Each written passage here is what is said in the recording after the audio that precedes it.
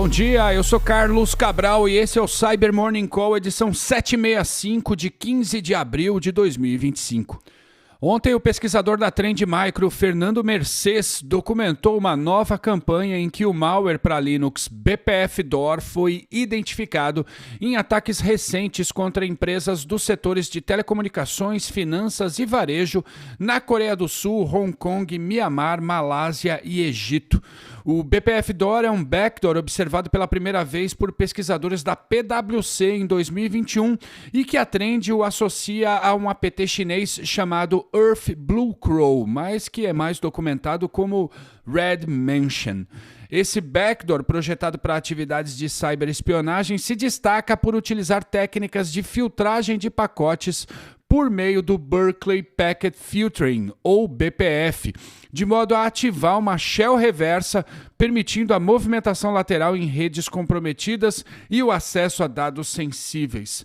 A vantagem de se ter um backdoor que opere no âmbito do BPF é que isso lhe garante furtividade extrema, pois o uso do BPF permite que o malware intercepte pacotes diretamente no nível de kernel, antes mesmo que eles sejam processados pela pilha de rede do sistema operacional.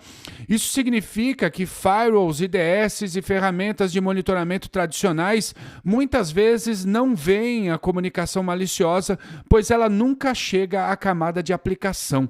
Outra coisa é que o backdoor não necessariamente precisa ter uma porta aberta previamente para se comunicar com o servidor de comando e controle. Ele essencialmente aguarda por uma sequência específica de dados que é chamada de sequência mágica, que é enviada no cabeçalho de um pacote, e isso cria um canal de ativação sob demanda, quase impossível de ser detectado por mecanismos padrão de inspeção de tráfego e contra o qual não adianta somente meter uma regra fechando uma porta específica no iptables. O relatório é excelente, vale a leitura. Link para ele e para conteúdo adicional sobre essa ameaça aqui na descrição. E a vulnerabilidade CVE 2025-30406, com nota 9.8 no ranking de severidade CVSS, está sendo ativamente explorada por adversários em organizações que utilizam as ferramentas de gerenciamento de arquivos em nuvem GladNet, CenterStack e TrioFox. Segundo a Huntress, que assina a descoberta dos ataques, a falha se deve ao uso de uma chave hard-coded no arquivo web.config, permitindo ataques de deserialização que podem resultar na execução remota de código. Durante o mês de março, a exploração dessa falha comprometeu o ambiente de pelo menos 7 organizações e 120 endpoints, levando a CISA a incluí-la em seu catálogo de vulnerabilidades conhecidas. Patches para falha estão disponíveis desde o dia 3 de abril. E ontem a Check Point documentou uma nova técnica de Process Injection chamada Waiting Thread Hijacking. Ela permite que um código malicioso seja executado dentro de um processo legítimo sem utilizar APIs comuns que são frequentemente monitoradas por soluções de segurança, tais como a Suspend Thread, a Resume Thread ou a Set Thread Context. Em vez disso, a técnica explora threads que estão em estado de espera, as chamadas Waiting Threads, especialmente aquelas gerenciadas por thread pools do Windows. A sacada da coisa é pegar uma thread adormecida e alterar o endereço de retorno na pilha dela, ou seja, o ponto para onde a thread vai voltar a ser executada assim que for acordada.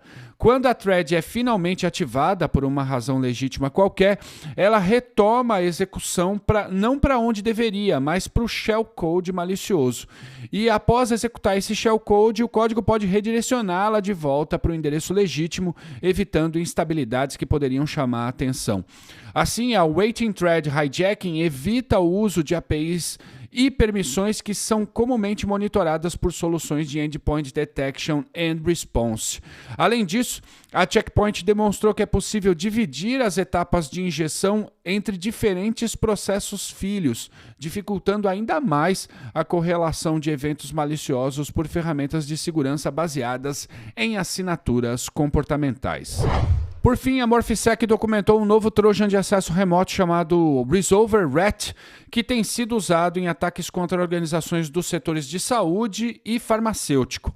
Embora compartilhe a infraestrutura de phishing e métodos de entrega com ameaças como o Radamantis e o Luma, o Resolver Rat apresenta uma arquitetura distinta de carregador e payload, justificando sua classificação como uma nova família de malware. A ameaça utiliza técnicas de execução apenas em memória, evitando a criação de arquivos no disco e dificultando a detecção por antivírus tradicionais. E, além disso, implementa diversos mecanismos de evasão para detectar ambientes de análise, como sandboxes e depuradores, ajustando seu comportamento para evitar a detecção. Embora o estudo não declare quais países têm sido diretamente atacados, as mensagens de phishing para o acesso inicial estão sendo enviadas nos idiomas hindi, italiano, tcheco, turco, indonésio e português. Então é bom ficar atento a isso. E fechamos por hoje. Obrigado por ouvirem o Cyber Morning Call e tenham um bom dia. Você ouviu o Cyber Morning Call, o podcast de cibersegurança da Tempest. Nos siga em seu tocador de podcast para ter acesso a um novo episódio a cada dia. E para saber mais sobre a Tempest, nos siga no Instagram, Twitter e LinkedIn ou acesse www.tempest.com.br.